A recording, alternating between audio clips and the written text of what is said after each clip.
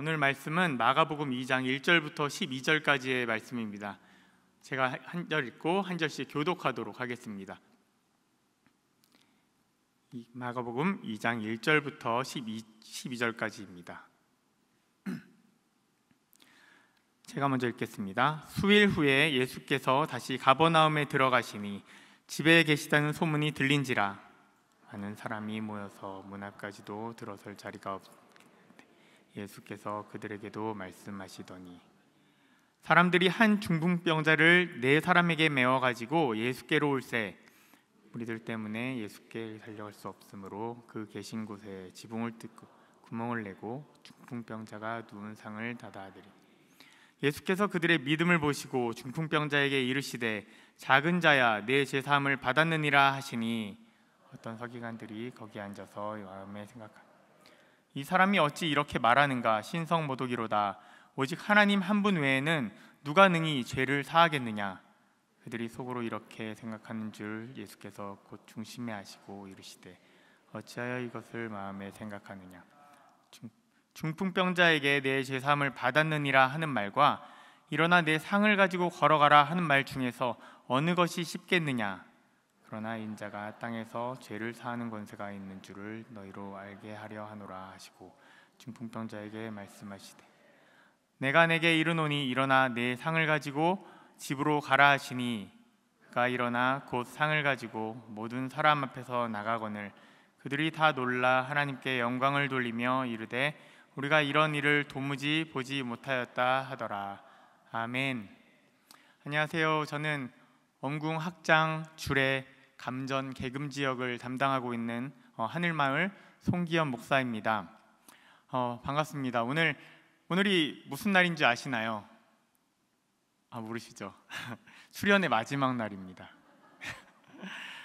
부목사님들께서 방학 기간 동안에 부목사님들께서 만난 그 하나님 이야기로 이렇게 설교를 해주시고 우리도 동일하게 은혜 받는 그런 수련회 중이었습니다.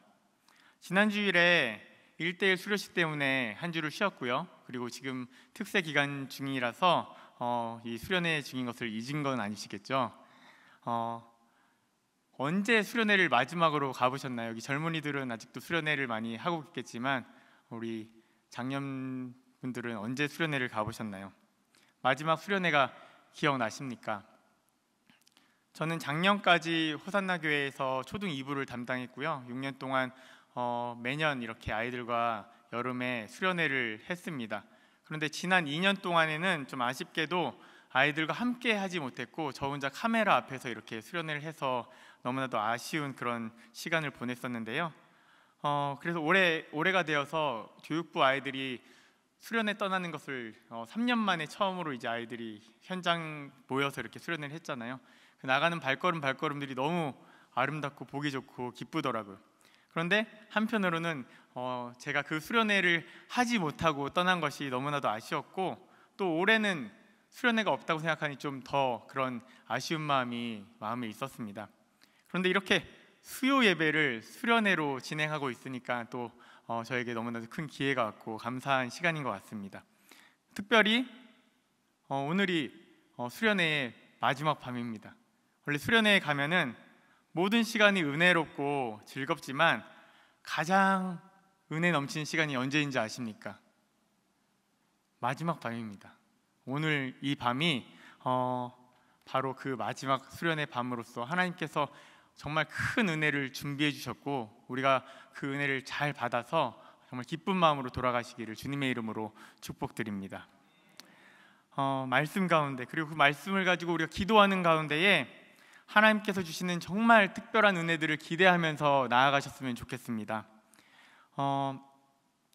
수련회 그 마지막 날 밤까지 아무런 감흥 없이 막 이렇게 지내다가도요 정말 그 마지막 날을 기다리면서 목사님 저는 오늘 밤에는 어떻게든 은혜 받을 거예요 라고 이렇게 준비하면서 막 기대하면서 막 나가는 아이들이 있거든요. 그런 아이들 끝까지 정말 하나님을 찾을 때에 정말 하나님께서 잡아주시고 은혜 받고 돌아가는 모습들을 많이 봤거든요. 지금까지 그 우리 방학 동안에 수련회를 이렇게 진행해 왔는데 한 번도 안 오셨다가 오늘 오신 분들 정말 복 받으신 겁니다. 지금 마지막 날 밤에 하나님께 이 수련회 하나님께서 준비하신 이 은혜, 이 마지막 날에 준비하신 은혜 내가 오늘 꼭 받아가겠습니다라는 그동안의 이 수련회를 쫙 진행하면서 이렇게 쌓여왔던 은혜들을 하나님께서 오늘 푸실 거거든요. 그 은혜들을 충분히 넘치게 하나님께 구해서 꼭 받아가시는 그런 시간들 되시기를 바랍니다. 자, 함께 읽은 말씀 중에 또 이렇게 간절한 마음으로 예수님을 찾는 그런 사람들이 있었습니다. 네 사람이 중풍병에 걸린 한 사람을 침상채로 그렇게 들고 왔습니다. 예수님을 만나고 싶은 마음에 그렇게 달려왔는데 예수님 주변에 사람이 너무나도 많이 있으니 갈 수가 없잖아요. 그래서 예수님 계신 곳에 어떻게든 가려고 예수님 계신 곳에 지붕으로 올라가서 기와를 벗겨내고 그 자리를 뚫어서 침상을 내려서 예수님을 이제 만나게 된 것입니다. 예수님께서 그들의 믿음을 보시고 이렇게 말씀하십니다. 제가 5절 뒷부분을 읽어드리겠습니다. 작은 자야 내 죄사함을 받았느니라.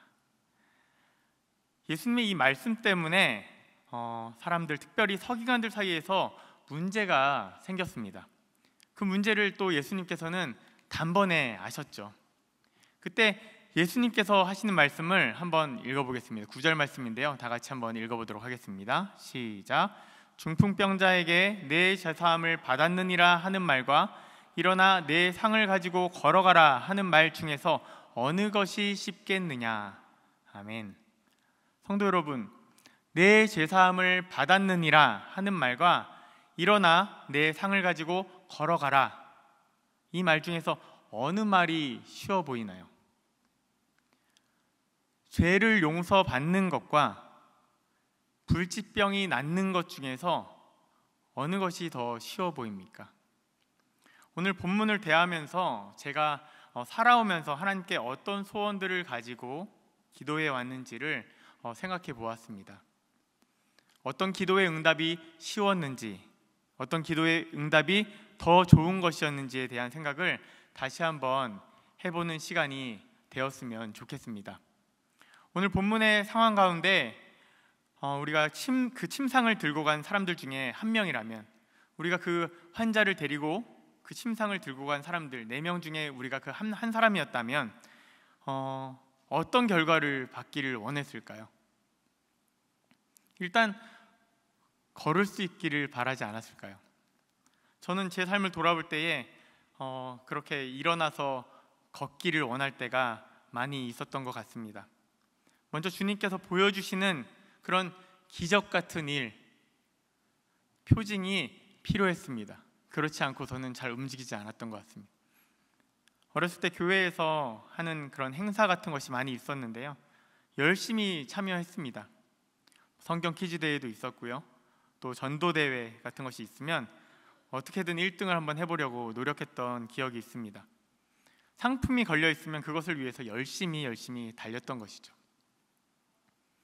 제 속도 모르는 친구들은 그런 저를 보면서 야, 너 그러다가 목사 되겠다 라고 이렇게 얘기했는데, 저는 그때 그 말이 정말 너무 싫었습니다.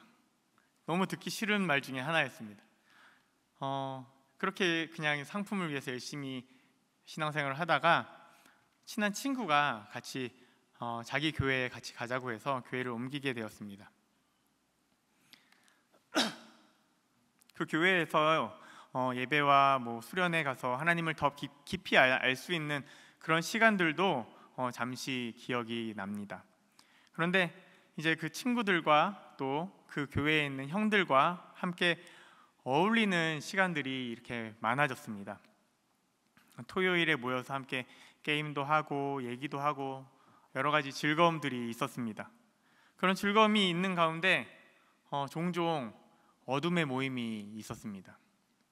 분명 교회에서 모임이 시작되었지만 후에 있는 이런 뒷모임들이 있었는데 그 형들을 통해서 이제 나쁜 것들을 이제 배우기 시작했던 것이죠. 술도 배우고 담배도 배우고 안 좋은 것들을 여러 가지 이렇게 배웠습니다. 그런데 그런 것들을 이제 몰래 교회 형들과 같이 하는 것, 그 당시에는 또 즐겁고 재미있었죠. 그렇지만 그런 일들을 하면서도 하나님을 생각할 때는 항상 마음이 너무나도 불편했습니다. 불편한 마음이 있었음에도 불구하고 그 가운데 즐거움들을 뿌리칠 수가 없었습니다. 그런 가운데 정말 과감하게 결단을 했습니다. 교회를 잠깐 떠나자. 좀 결단이 다르죠. 실컷 즐기고 당당해질 수 있을 때 그때 돌아오자, 이렇게 마음을 먹고 교회를 떠났죠. 참 어린 생각이었습니다. 하나님을 잘 몰랐기에 그저 눈앞의 즐거움을 누리기 위한 저의 재성을 통한 정말 꼼수를 부린 것이죠. 그래서 그냥 자유롭게 놀았습니다. 즐겁게 그렇게 놀면서 살아가다가 종종 하나님이 떠오를 때면 언젠가는 이렇게 생각했습니다. 그렇게 저는 영적으로 병들어가고 있었습니다. 군대에서 한번 돌아올 수 있는 기회가 있었는데 잡지 못했었고, 군에서 전역한 후에 호주에서 공부를 하게 되었습니다. 그때 친구의 도움으로 다시 교회에 가게 되었습니다. 친구 몇 명 빼고는 아는 사람도 없었고 언어도 잘 통하지 않는 곳에서 외로움을 이기기 위해서 교회에 갔었죠. 교회를 고르는 과정 중에서도 청년이 많은 교회를 찾기도 했었습니다. 그때 청년이 많은 교회를 찾았던 이유 중에 또 하나는 함께 술 마실 친구들이 그래도 많이 있었으면 좋겠다라는 생각을 했었던 것 같아요. 왜냐하면 제가 교회에서 술을 배웠기 때문에 모든 교회에 가면은 다 그렇게 노는 줄 알았던 것 같습니다. 그래서 그런 생각을 하고 있었는데, 그런 마음 가운데 외로움이 있었던 거예요. 사람들을 만나서 놀 수 있고 이야기할 수 있는 그런 것들을 원했던 것이죠. 그래서 교회를 찾았지만 이상하게 그 사람들로부터 예전처럼 위로를 받지 못했습니다. 사람들에게 다가가는 것이 편하지 않았고 제 자존감이 바닥까지 낮아져서 그 교회에 있는 청년들을 볼 때 뭔가 되게 우월해 보이고 나랑은 섞일 수 없는 사람처럼 보이고 저는 되게 못난 사람처럼 보이고 접근도 못하겠고 마음은 점점 더 어려워졌습니다. 교회에서 하는 금요 기도회가 있었습니다. 다들 주변에서 금요일이 지나고 주일이 되면은 금요 기도회가 너무 좋았다. 금요 기도회 이번에 찬양도 너무 좋았고 말씀도 너무 좋았고 다 좋았다. 막 이런 얘기를 많이 했었어요. 속으로 저도 한번 가보고 싶다라는 생각을 했었는데 가보고 싶다라는 생각이 들지만 내가 가면 안 될 것 같은 그런 생각이 들었습니다. 원래 영적으로 정말 좋은 일, 좋은 장소를 갈 때에는 엄청난 방해가 있는 것 같습니다. 그러다가 조만간 그 교회가 다른 지역으로 이사를 간다는 이야기를 들었습니다. 그때까지는 걸어서 10분 정도면 교회에 갈 수 있는 그런 거리였는데 이제 이사를 간 이후에는 정말 지금 있는 곳에서 상당히 멀어져서 그 당시에 차가 없기 때문에 대중교통도 어렵고 가기가 어려운 그런 상황이었던 것이죠. 속으로 하나님, 제가 이 금요 기도회에 정말 가기를 원하신다면, 가야 된다면 누군가가 저에게 한번 같이 가자고 얘기를 해주면 좋겠다. 그렇게 누군가가 저에게 얘기를 해준다면 제가 금요 기도회에 참석하겠습니다 라고 이렇게 기도를 했었는데, 정말 신기하게도 그 주 주일날 어떤 한 분이 저에게 와서 기현 형제님, 우리 금요 기도회 한번 오시죠. 우리 이사 가려면 2주밖에 안 남았는데 집도 가깝잖아요. 이제 다음부터 못 오실 텐데 저랑 함께 같이 가시죠. 이렇게 말을 해주는 것이었습니다. 속으로는 여전히 내 자리가 아닌 것 같다는 생각이었지만 그래도 기도한 대로 이렇게 사인을 보여주시니 가는 것이 맞을 것 같아서 가보기로 결정했습니다. 마음이 많이 힘든 가운데 오늘 이 마음이 꼭 회복되었으면 좋겠다, 그런 소원을 가지고 교회로 향했습니다. 그 회복이라는 것이 신앙의 회복, 하나님과의 관계 회복, 이런 거창한 것도 아니었습니다. 그냥 사람들과의 관계에서 좀 편하고 싶었고 마음이 어렵지 않은 그런 정도가 됐으면 좋겠다라는 그런 정도였습니다. 그날은 교회에 입장할 때부터 뭔가 분위기가 심상치 않았습니다. 입구에 들어서는 순간 뭔가 뭉클한 감정이 확 올라왔습니다. 그리고 찬양을 하고 말씀을 듣고 기도하는 시간 가운데에 각자 마음속에 간절한 소원들을 하나님께 내놓자라는 그런 멘트를 찬양 인도자가 이렇게 하셨습니다. 그 멘트를 듣고서 저는 하나님께, 하나님, 저는 너무나도 외롭습니다.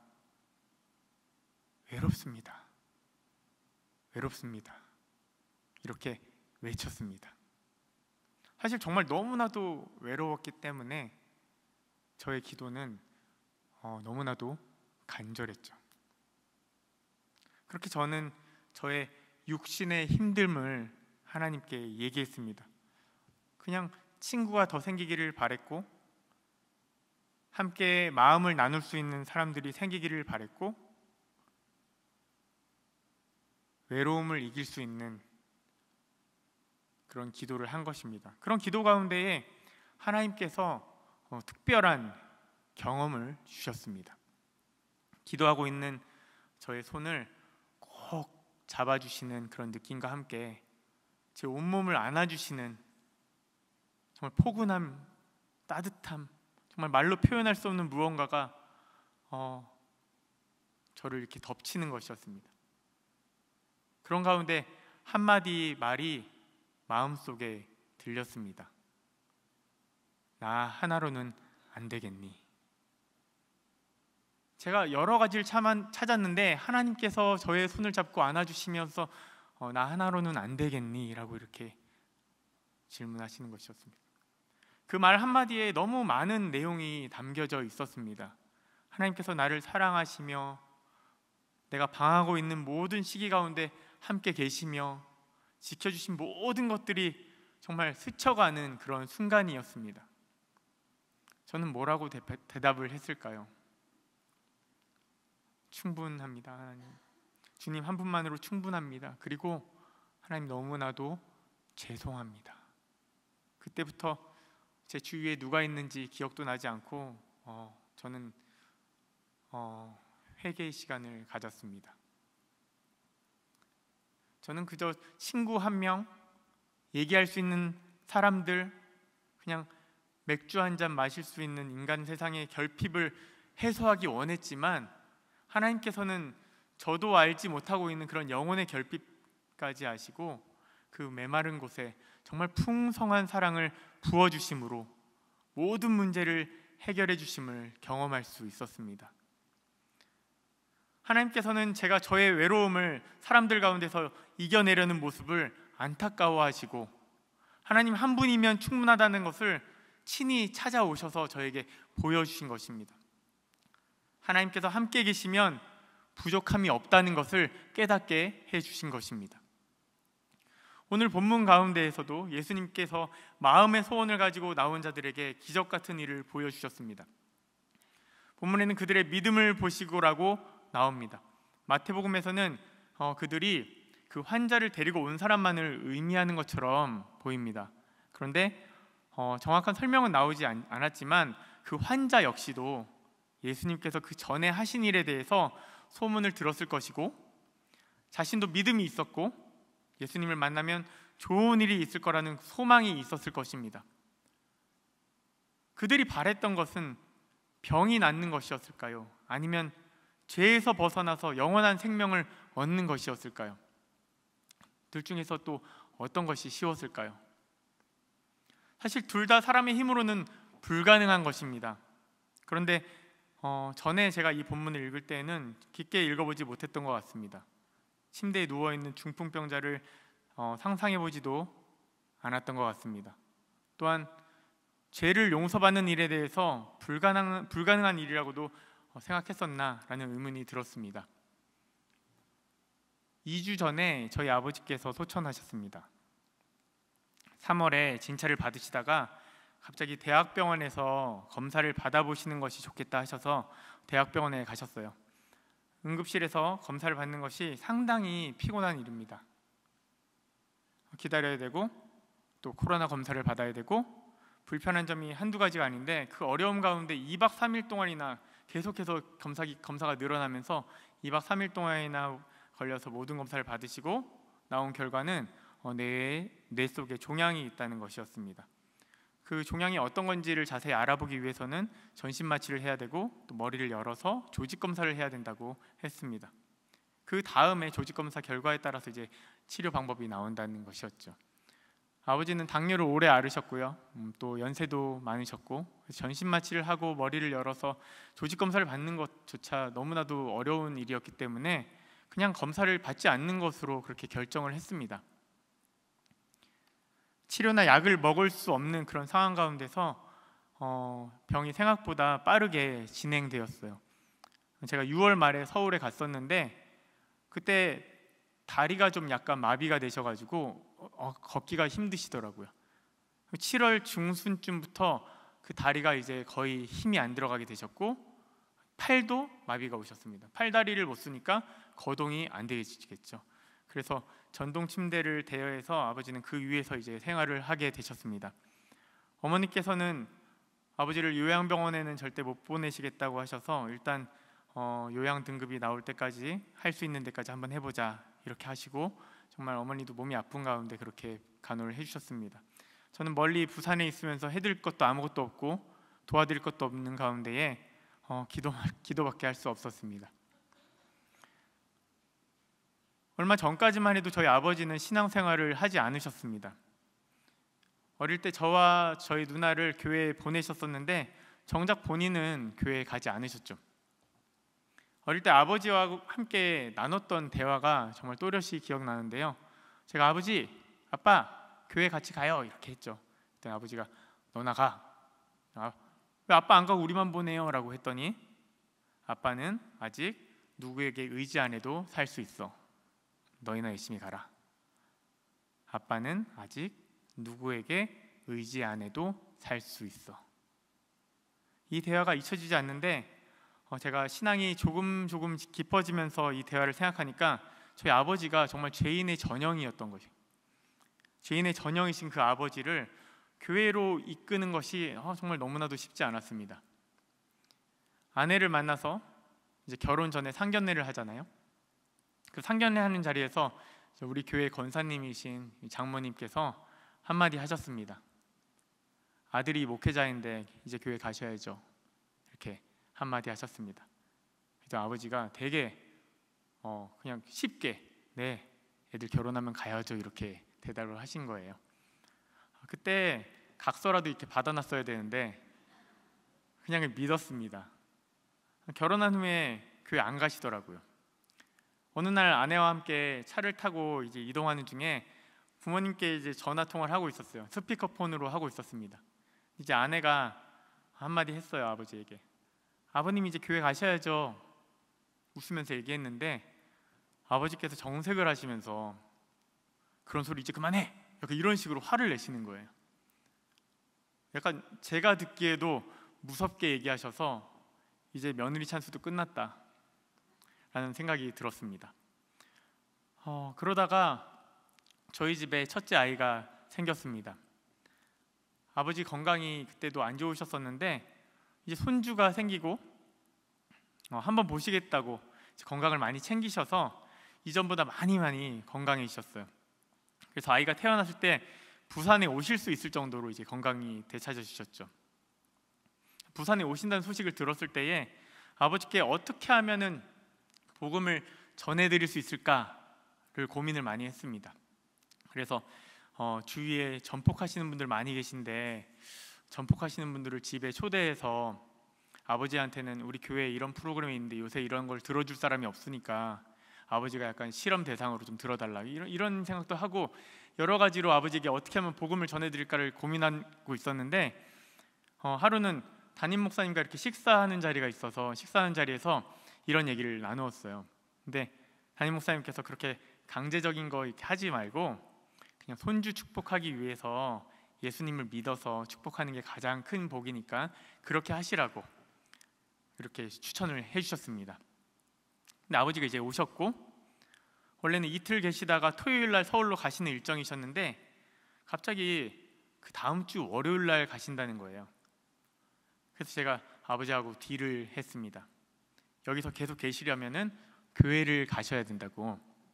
그래서 교회 가셔서 예수님을 잘 믿으셔야지 우리 윤민이에게 가장 큰 선물을 해줄 수 있다라고 이렇게 얘기를 했습니다. 아버지가 선뜻 교회 가신다고 이렇게 얘기를 하셨습니다. 교회에 오셨습니다. 그 주에 일부 예배를 드리셨어요.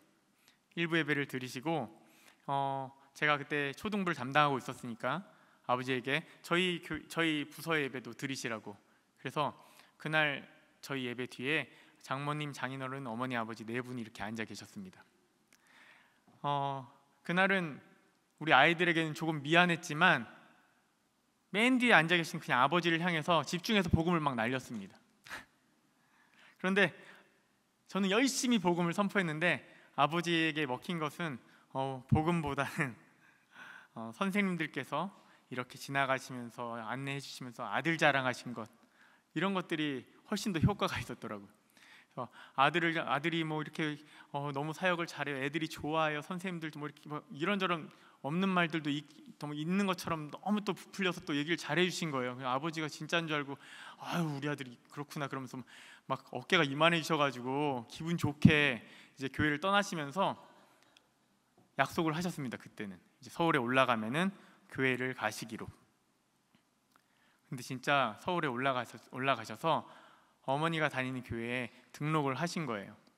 등록을 하시고 이제 교회를 다니기 시작했는데 그때가 2020년 1월이었거든요. 그 다음 달부터 뭐가 생겼습니까?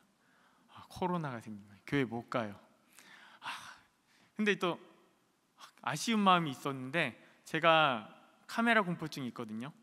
근데 그때 당시에 이제 아이들에게 만나지 못하니까 매주 영상을 찍었어야 됐어요. 그래서 영상 찍는 것이 너무 스트레스고 막 힘들고, 그런데 제가 찍은 영상을 이렇게 보내드리면은 한 번씩 이렇게 보시는 것이죠. 아버지가 이렇게 아버지가 교회도 잘 못 가시는 가운데 신앙생활을 이렇게 유지할 수 있었습니다. 그렇게 유지하시면서 계시다가 하나님의 섭리 안에서 계속 신앙생활 하시다가 작년에 아버지는 세례를 받으셨습니다. 올해 7월에 아버지께 다시 갔을 때 거동을 못 하시고 계셨는데 아버지께서 세례는 받으셨지만 저와 함께 뭐 신앙적인 이야기들이나 신앙 고백에 대한 그런 확인들을 제가 한 적이 없어서 이번에 가면은 꼭 복음을 전해드리고 아버지의 신앙 고백을 듣고 신앙을 확인했으면 좋겠다라는 마음을 갖고 있었습니다. 그래서 어떤 본문을 가지고 아버지에게 전할까 생각했죠. 이번에도 역시 전도 폭발 원문을 가지고 가서 읽어드려야 되나, 어떻게 복음을 전해드릴까 고민하고 있을 때에 오늘 본문이 생각났습니다. 그동안 깊게 생각해보지도 못했던 이 본문을 묵상하면서 서울을 향했습니다. 도착할 때까지도 어떻게 전해야 될지를 계속 생각했지만 결정하지 못하고 있었습니다. 그리고 도착했을 때 그 서울 집의 상황은 제가 생각했던 것보다도 좋지 않았습니다. 거동을 못 하시는 아버지께서는 이제 아들이 왔으니까 그동안 어머니께서 힘이 없어서 해주지 못했던 것들을 하고 싶었어요. 일어나기도 하고 앉기도 싶고 막 이렇게 여러 가지 하고 싶었는데 그런 것들이 힘이 있다고 해서 도와드릴 수 있는 문제가 아니었습니다. 본문에 나오는 중풍병자가 이제 제 눈앞에 보인 것입니다. 그리고 그 중풍병자가 일어나 걷게 되는 것은 불가능해 보였습니다. 그날 밤에 아버지를 뵙고 잠시 이야기를 나누고 아이를 재우러 방에 들어가서 이 본문으로 아버지께 복음을 전해드리는 것으로 결정하고 기도하면서 이렇게 묵상을 했습니다.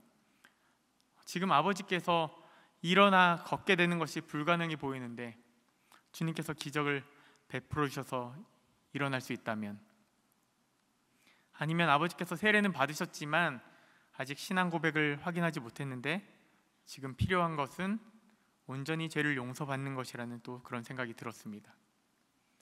다음날 아버지 옆에 앉아서 차근차근 복음을 선포했습니다.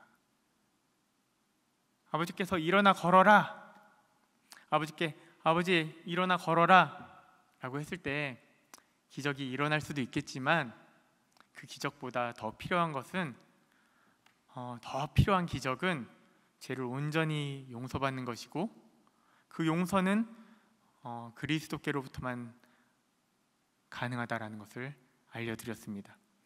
아버지께서 그동안 우리 가족을 위해서 너무너무 헌신하셨고 어머니와 누나 그리고 저 그리고 아내와 매영 우리 유민이와 요한이 그리고 소율이와 용준이 사랑해 주셨고 성실하셨고 사람들에게 욕먹을 짓 안 하셨고 최선을 다해서 사셨지만 그것이 우리의 죄를 없애지 못한다고 아버지께서 저에게 하셨던 이야기, 너나 교회 가라고 하셨던 말씀, 난 아직 스스로 살 수 있다고 했던 그 말이 바로 죄였다고, 우리가 스스로의 힘으로 구원을 얻을 수 없고 오직 예수 그리스도께 온전히 기대해야 한다고 그렇게 말씀을 드렸습니다.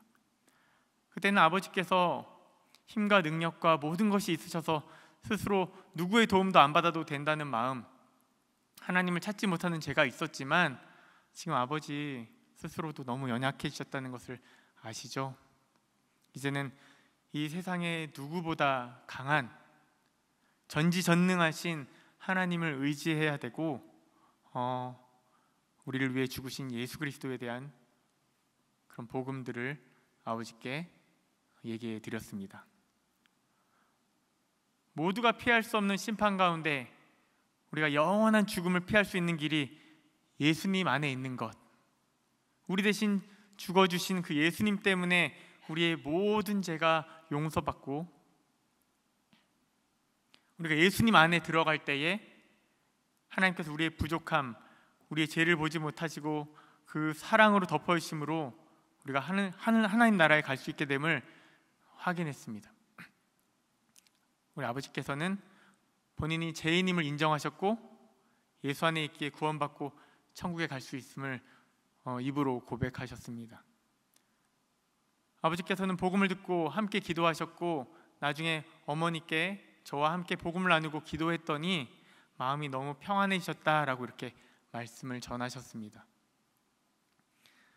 아버지께서는 병상에 누워서 몸이 많이 불편하셨고 더 많이 불편해지고 있었지만 몸만 불편했던 것이 아니라 더 깊고 근본적인 어려움, 바로 죄에 대한 두려움과 낙심이 있었던 가운데 다시 복음을 확인하는 것을 통해서 우리로서는 불가능한 그 구원에 대한 확신을 예수 그리스도를 통해서 다시 받게 된 것입니다. 우리는 살아가면서 예수를 많이 찾습니다. 그리고 필요한 것을 많이 구합니다. 예수님이 능력이 많다는 것을 알고 필요한 것들을 많이 구합니다. 병이 걸려서 아플 때에도 예수님을 찾고, 사업이 어려울 때에도 찾고, 관계가 어려울 때에도 찾고, 취업을 해야 될 때도 찾고, 시험 볼 때에도 찾습니다. 내 능력만으로는 불안하기 때문에 능력이 많으신, 전지전능하신 하나님께서 도와주신다면 좀 더 좋은 결과를 낼 수 있을 것이라는 생각에 우리 구하는 것이죠. 우리는 정작 눈에 보이는 현실적인 어려움이 있을 때에는 예수님을 찾지만 죄의 문제 또는 영적인 어려움들이 있을 때에는 하나님께 도움을 잘 구하지 않습니다. 특별히 오늘 본문의 중풍병자를 데려온 사람들이나 큰 어려움이 바로 눈앞에 있는 사람들이 당장 누워있는 그 환자를 데려왔을 때에 일어나 걷는 것이 문제지 죄의 문제는 지금 중요하지 않지 않습니까? 우리도 그렇죠. 살아가면서 많은 문제가 있습니다. 문제들 가운데 죄의 문제는 우선순위에 밀려서 기도 제목으로 올라오지 않습니다. 죄의 문제는 죽기 전에 해결하면 될 것 같은 그런 생각이 듭니다. 아버지가 누워 계실 때, 못 일어나고 계실 때 저도 많은 고민이 되었습니다. 기적이 일어나지 않을 것 같은 이 현실적인 모습 가운데 나는 믿음이 없는 것이 아닌가. 그래도 아버지가 일어나실 수 있도록 기적으로 일어날 수 있도록 기도해야 되는 것은 아닌가. 갈등이 많이 되었지만 오늘 본문 가운데 예수님께서 중풍병자에게 먼저 선포했던 그 말, 내 죄사함을 받았느니라. 이 말의 중요성이 너무나도 크게 다가왔습니다. 현실적인 어려움 가운데에 평생 침상에 누워서 일어나지 못하는 그런 상황 가운데에 일어나기만 해주기만, 일어나기만을 바라고 있는 그런 가운데 제사함이 너무나도 중요한 문제이기 때문에 주님께서는 일어나지 못하는 그 병보다 더 무서운 것이 우리 안에 있는 죄의 문제라는 것을 알려주고 싶었던 것입니다. 왜 그런가요? 우리가 가지고 있는 질병은 잠시 우리가 살아가는 인생 동안에 우리를 힘들게 하는 것이지만 우리가 가지고 있는 죄는 영혼의 문제로 죽음 이후까지 좌우하는 심각한 문제임을 알려줍니다. 우리 능력으로는 둘 다 불가능하지만 특별히 죄를 사하는 문제는 우리가 무엇도 할 수 없는 오직 하나님께 속한 부분인데 내가 전혀 손댈 수 없이 이 부분을 주님께 맡겨야 된다는 그런 생각이 들었고, 이 문제가 해결되었을 때 본문에 나오는 중풍병자 역시 축복도 얻었고 걸어갈 수도 있게 되었으니 죄의 문제를, 영혼의 문제를 더 중요하게 생각하시는 그 예수님의 마음을 따라 아버지께 그 부분을 강조하여 전했습니다. 그렇게 어렵게 결정하여 복음이 들어가고 그 복음이 죄의 문제를 해결하여서 영혼이 죄로부터 자유를 얻어서 평안을 얻을 수 있었습니다. 아버지의 육신은 여전히 불편하셨지만 마음은 위로받고 평안해지셨다고 고백하셨던 것입니다. 우리는 살아가면서 눈앞의 문제들 때문에 영혼의 문제, 죄의 문제들을 의식하지도 못하고 살아갈 때가 너무나도 많이 있습니다. 그런 부족하고 연약한 우리들임에도 우리가 하나님을 찾지 못하고 현실 속에서 살아날 방법만을 찾으며 방황하고 있을 때에도 하나님께서는 언제나 우리를 주목하고 계시며 우리가 하나님을 찾기를, 부르시기를 기다리십니다. 하나님 부르고 우리의 연약함 가운데 우리의 욕심과 어려움과 우리가 해결하고 싶은 내용들이라도 그저 하나님께 말하면 하나님께서 우리의 손을 잡아주실 것입니다. 우리가 혼자가 아님을 알려주실 것입니다. 그리고 우리 눈앞에 보이는 문제뿐만 아니라 영혼의 결핍도 채워주실 것입니다. 그렇게 하나님을 경험하고 하나님을 만나게 되었을 때에 우리는 하나님 앞에서 우리가 하나님을 바라보지 못했던 그런 연약함 가운데 살았던 우리의 삶을 회개하고 방향을 바꿔서 하나님 없는 곳을 향해 걸어갔던 그 방향을, 우리의 발걸음의 방향을 바꿔서 하나님께 모든 것을 의지할 수 있는 그 방향으로 삶을 전환하여 나아가야 할 것입니다. 눈앞의 문제만 바라보는 것에서 영혼의 문제를 점검하고 이제 한 영혼을 살리는 일, 그 일들에 마음을 쓸 수 있도록 우리는 이제 변화되어야 할 것입니다. 오늘 수련의 마지막 날입니다. 우리 다 함께 그 하나님을 경험하시고 가는 축복이 있기를 주님의 이름으로 축복합니다. 우리 함께 찬양 한 곡 부르고 기도했으면 좋겠는데요.